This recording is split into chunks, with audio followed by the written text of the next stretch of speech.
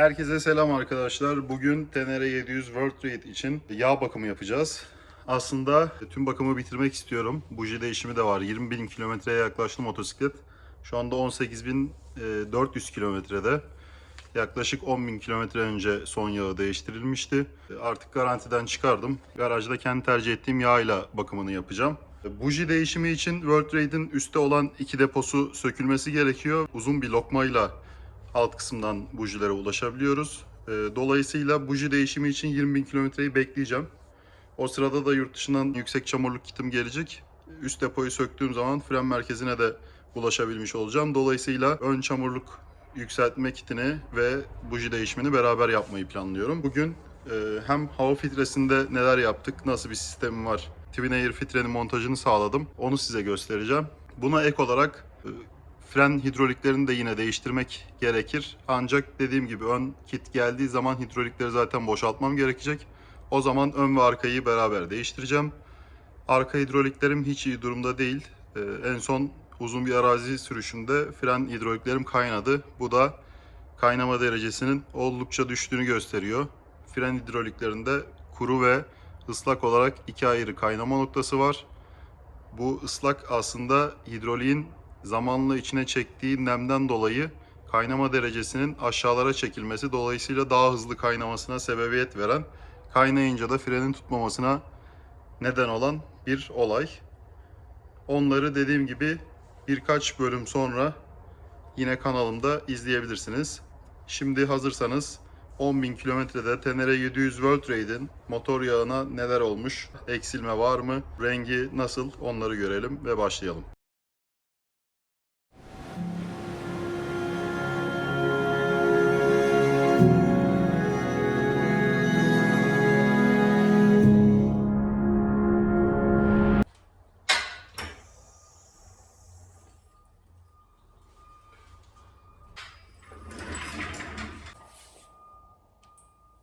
Şimdi yanda 1, 2 ve 3 tanesini sökeceğiz.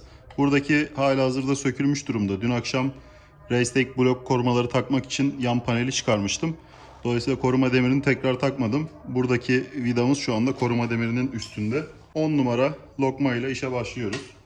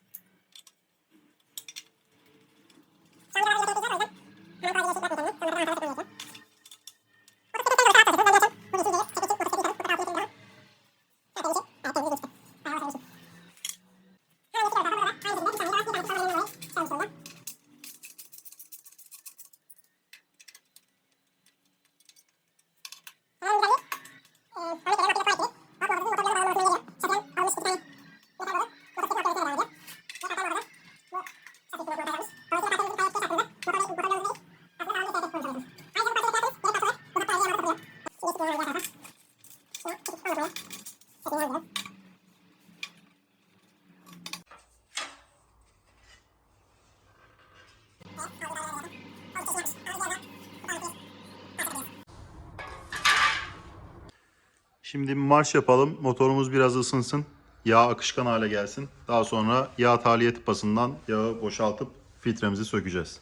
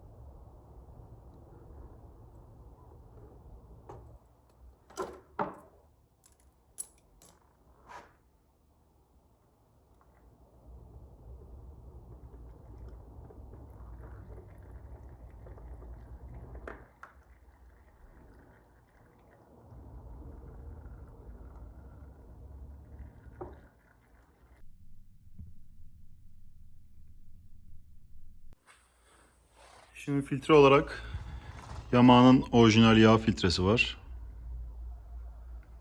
Tayland üretimi. Beraberinde sızdırmazlık pulumuz da yanında geliyor. Bu pulu mutlaka değiştirelim. Bu yağ tapamız. Şu eski ezilmiş pulumuz. Normalde böyle bir bakır renkte bir pul olur. Bu ezilerek orada sızdırmazlığı sağlar. Balata spreyine ihtiyacımız var. Takmadan önce oraları temizleyeceğiz. Bu da motor yağımız. Motul 7100 1050. %100 sentetik 4 zamanlı motor yağı. Kırmızı renkli bir yağ. Bu da arkasındaki bilgilerimiz. Orijinal bir yağ olmasına mutlaka dikkat edin. Burada da üretim tarihimiz var.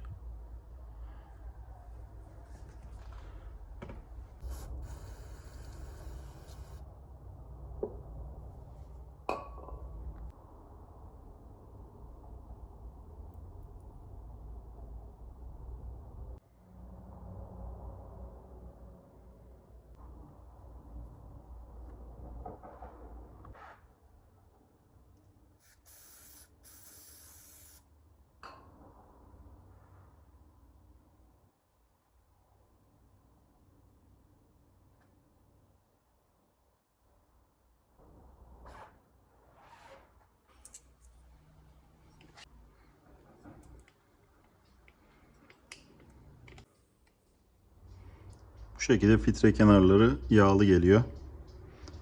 Ama biz yine de motor yağıyla biraz yağlayacağız.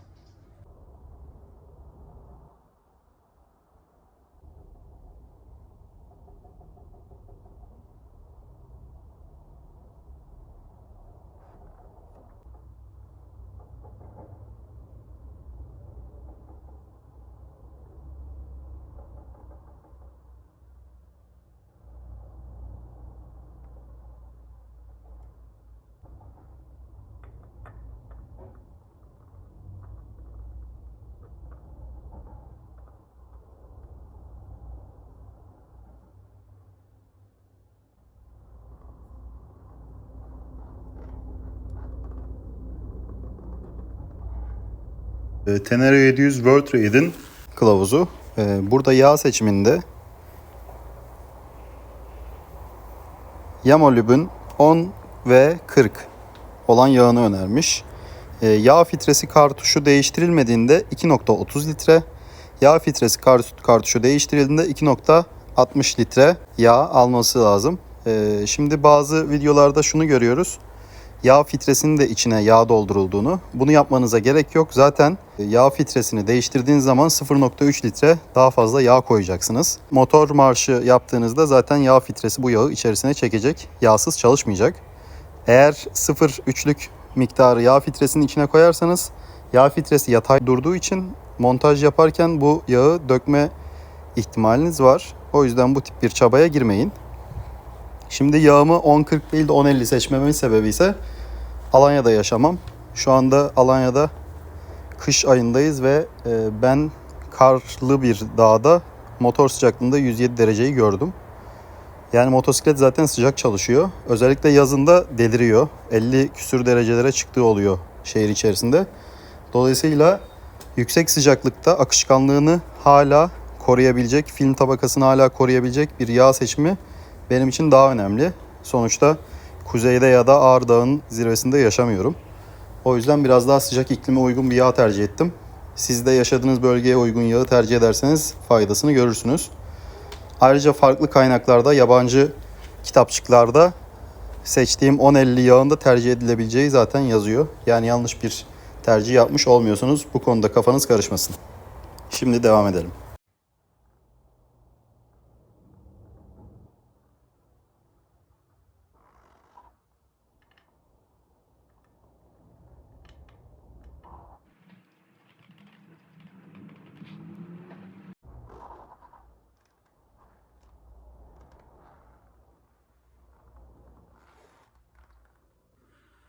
Tork anahtarımızı 43 Nm'ye ayarlıyoruz.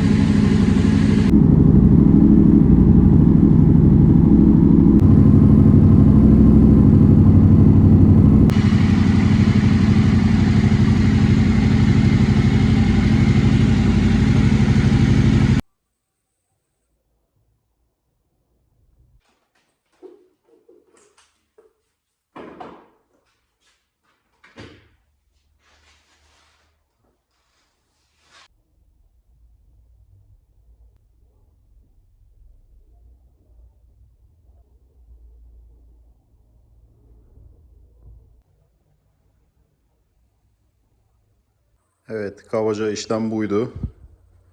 Motosiklet topladık şu anda. Her şey tamam. İzlediğiniz için hepinize teşekkür ederim.